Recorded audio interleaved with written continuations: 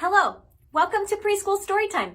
I'm Miss Katya of your Coronado Library here in the beautiful Peter Rabbit exhibit for a storytime you don't want to miss. First, let's start with our hello song. Hello everybody, and how do you do? How do you do? Yes, how do you do? Hello everybody, and how do you do? How do you do today? First the girls. Hello to the girls, and how do you do? How do you do? Yes, how do you do? Hello to the girls, and how do you do? How do you do today? Now the boys. Hello to the boys, and how do you do? How do you do? Yes, how do you do? Hello to the boys, and how do you do? How do you do today? Back to everyone. Hello everybody, and how do you do? How do you do? Yes, how do you do? Hello everybody, and how do you do? How do you do today? Tell me, how are you? That's wonderful. Can you guess which letter we're covering in preschool storytime? Letter X. Very good. What sound does X make? X, X, X. Can you think of some words that start with X? It's not the easiest letter of the alphabet. How about this? X-ray. That's right. Here's an X-ray of a bunny. Another word that starts with X is xylophone. And the author of The Tale of Peter Rabbit has an X in her name. Here is a picture of her. Her name is Beatrix Potter. And did you know she wrote The Tale of Peter Rabbit in 1902? She was a nature lover and she used to study fungus. And she was so upset that back then people didn't appreciate female scientists, not the case today. So she began writing children's books. And we are going to read The Tale of Peter Rabbit right after a tip from Tipster the Turtle. Hi, I'm Susan, and this is the tip of the day. Research shows kids engage more in reading when there is a rabbit on their lap.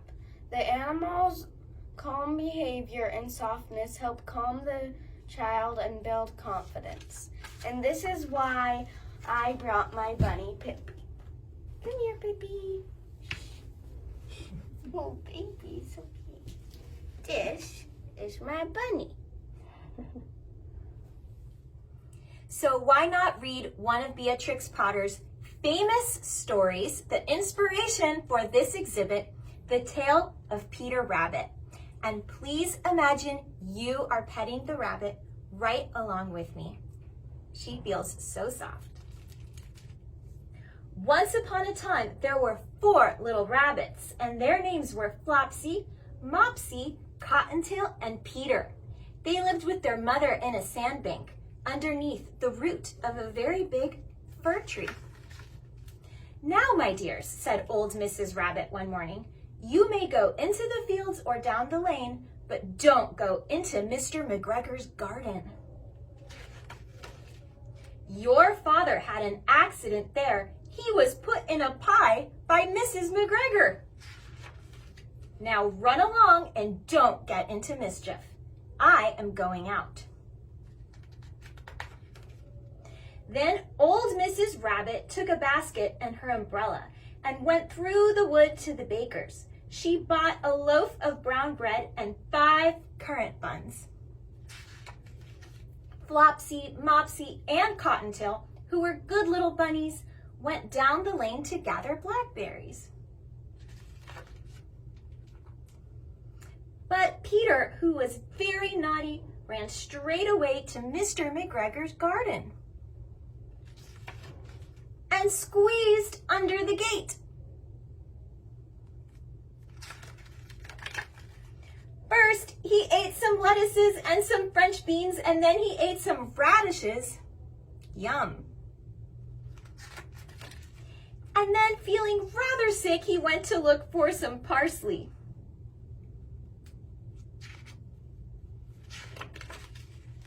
But round the end of a cucumber frame, whom should he meet but Mr. McGregor? Mr. McGregor was on his hands and knees planting out young cabbages, and he jumped up and ran after Peter, waving a rake and calling out, "Stop, thief!" Peter was most dreadfully frightened. He rushed all over the garden, for he had forgotten the way back to the gate. He lost one of his shoes among the cabbages. And the other shoe amongst the potatoes.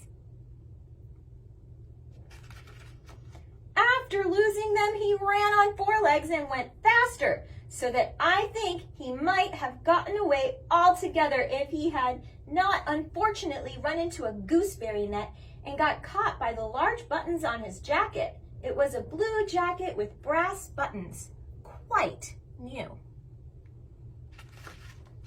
Peter gave himself up for lost and shed big tears, but his sobs were overheard by some friendly sparrows who flew to him in great excitement and implored him to exert himself.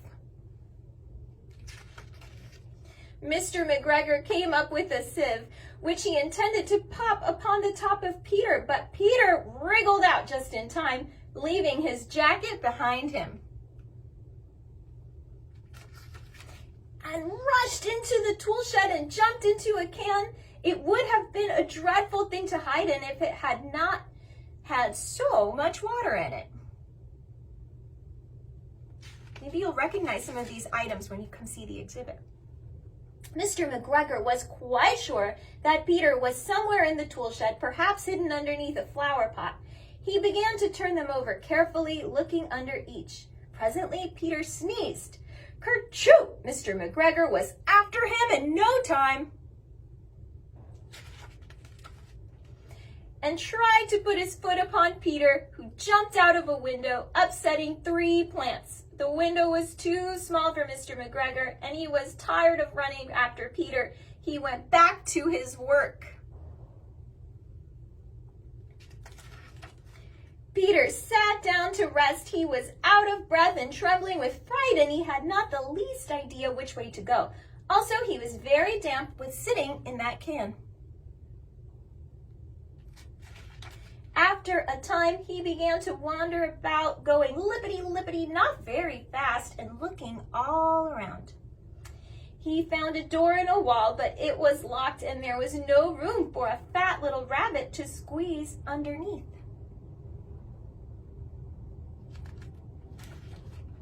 An old mouse was running in and out over the stone doorstep, carrying peas and beans to her family in the wood. Peter asked her the way to the gate, but she had such a large pea in her mouth that she could not answer.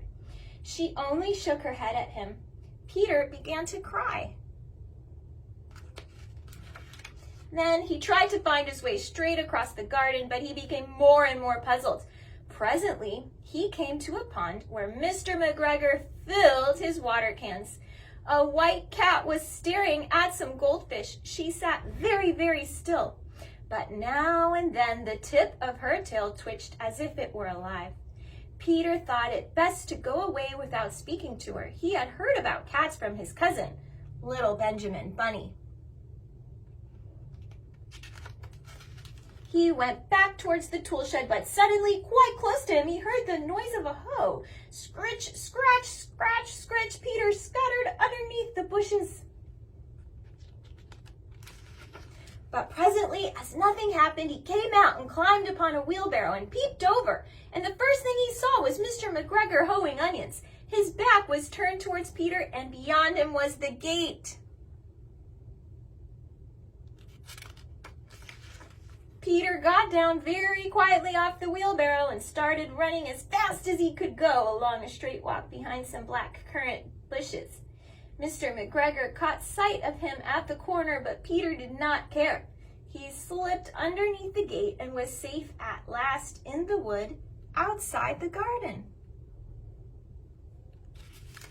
Mr. McGregor hung up the little jacket and the shoes for a scarecrow to frighten the blackbirds. Peter never stopped running or looked behind him till he got home to the big fir tree.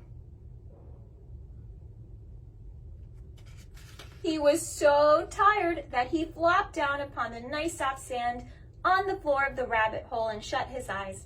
His mother was busy cooking. She wondered what he had done with his clothes. It was the second little jacket and pair of shoes that Peter had lost in a fortnight. Do you know how long a fortnight is? I am sorry to say that Peter was not very well during the evening. His mother put him to bed and made some chamomile tea, and she gave a dose of it to Peter. 1 tablespoonful to be taken at bedtime.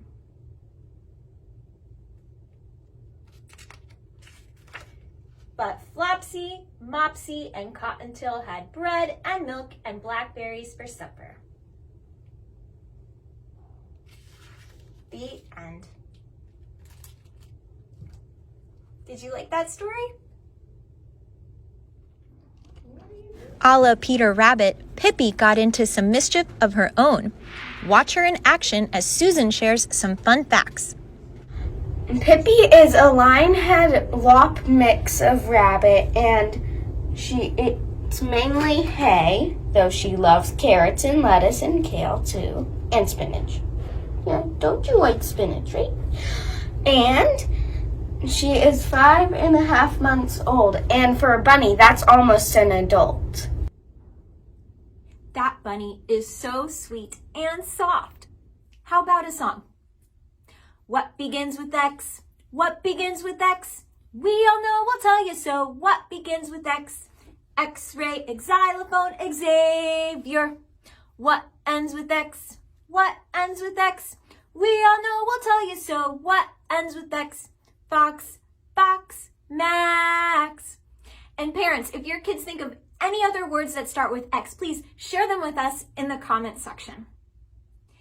Before we go, I want to say a big thank you to Susan and Pippi the rabbit for making an appearance at the story time. We had so much fun, and let me tell you, Pippi is so very soft. How about you kids try reading a book with your family later while you're petting a stuffed animal if you don't happen to have a pet rabbit at home. Okay, who knows what marmalade is? It's like jelly. Time for our goodbye song that helps us with opposites. Ready? Bread and butter, marmalade and jam. Say goodbye as quietly as you can. Goodbye. Bread and butter, marmalade and jam. Say goodbye as loud as you can. Goodbye. Bread and butter, marmalade and jam. Say goodbye as slowly as you can. Goodbye. Bread and butter, marmalade and jam. Say goodbye as fast as you can. Goodbye.